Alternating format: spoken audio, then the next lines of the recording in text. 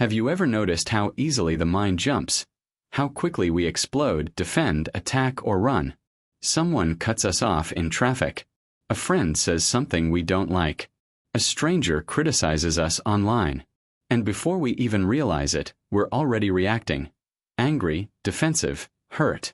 We live in a world that glorifies instant responses. Social media demands them. Conversations expect them. Emotions rush to the surface like boiling water. But in this constant storm of reaction, we lose something precious, our peace. Marcus Aurelius once wrote, "You have power over your mind, not outside events. Realize this, and you will find strength."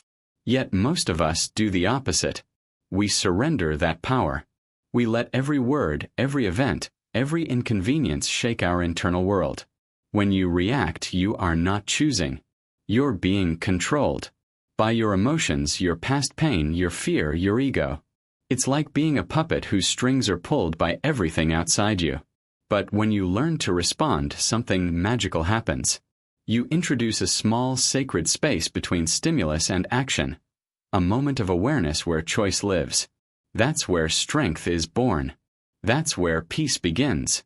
In that pause, you no longer live as a slave to emotion. You become the calm observer, not the storm itself. And in a world full of noise, this stillness, this mastery over your reactions, is a form of quiet rebellion. So ask yourself, how many of your regrets came from a reaction? And how much peace could you reclaim if you learned to pause, just long enough to respond? The human mind is wild. It's not born calm. It's restless, reactive, and deeply emotional. It's designed to protect you, but often it ends up controlling you. When something painful happens, your mind races to defend. When you feel threatened, it rushes to attack. It confuses awareness with urgency. It believes that every feeling must be acted upon. But the truth is, feelings are not facts. Emotions are waves. They rise, peak, and fade. And the wise person learns to surf those waves, not drown beneath them. Seneca once said, "We suffer more in imagination than in reality." The mind creates storms that don't exist. It interprets every word, every silence, every facial expression through the lens of fear, pride, and insecurity.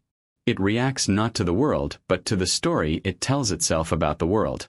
That's why reaction is so dangerous. It's not a response to truth. It's a response to perception. And perception can be wrong. Training your mind to respond means observing without judgment. It means seeing anger arise and saying, "I see you." It means feeling hurt and whispering, "This will pass." It means learning that you are not your emotions. You are the awareness behind them. Meditation, journaling, and solitude are not escapes from life. They are training grounds. Each quiet moment you spend watching your mind instead of reacting to it is like lifting a weight that strengthens your inner calm. You don't silence your mind. You tame it. You don't suppress emotion. You understand it. And in that understanding, you begin to build a fortress of stillness inside you. One no insult, failure, or chaos can shake. There is a small space between what happens to you and what you do next. That space is everything. That's where your freedom lives. In that tiny pause, you can choose peace over pride, understanding over ego, calm over chaos. But most of us never see that space. We react too quickly. Because reacting feels powerful. It feels like taking control. But it's not control, it's impulse. Viktor Frankl, who survived the horrors of the Holocaust, once wrote, "Between stimulus and response there is a space. In that space is our power to choose our response. In our response lies our growth and our freedom." Imagine that freedom through stillness, strength through patience. Next time someone disrespects you, pause. Breathe. Ask yourself, will reacting change anything? Will it make you better or simply louder? That pause is not weakness. It's mastery. It's a quiet declaration that you are no longer a servant to circumstance. Even nature understands this rhythm. The ocean doesn't panic when storms come. It absorbs the chaos, then returns to calm. A tree doesn't fight the wind. It bends, then stands tall again. The pause is natural.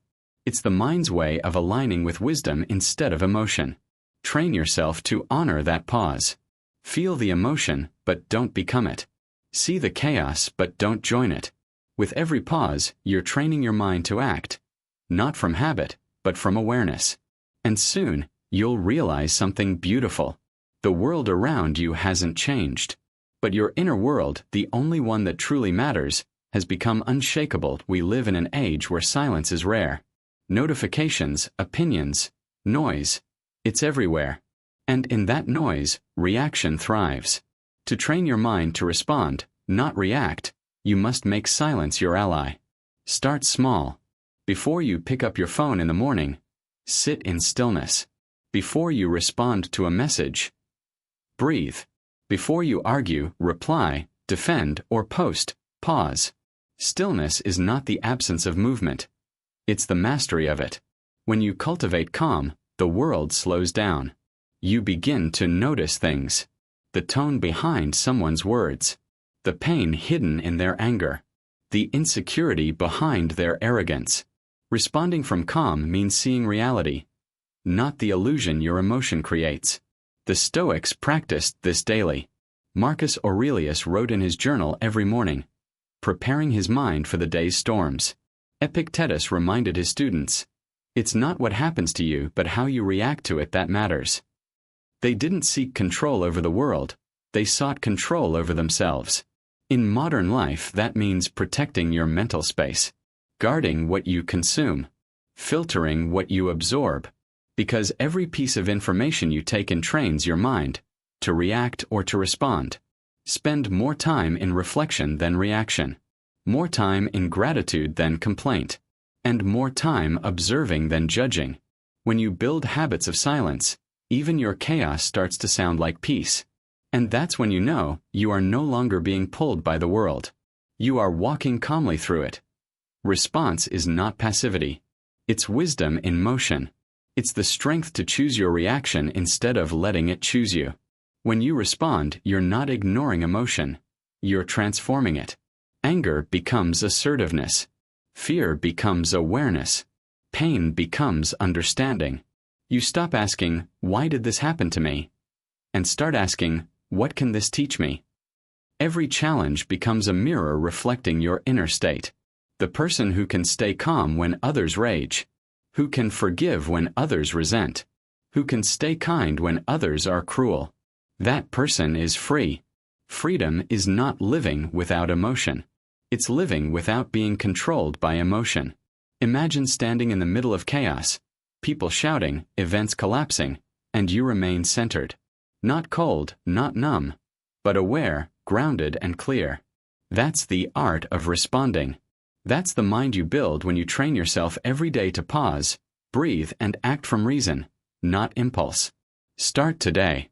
The next time you feel anger rise, notice it. The next time someone insults you, listen instead of striking back. The next time life tests your patience, remember, this is training. The goal is not to be emotionless. The goal is to be unmoved by chaos, to be a calm flame in a burning world. So train your mind, not to react but to respond. Because peace is not found in silence from the world.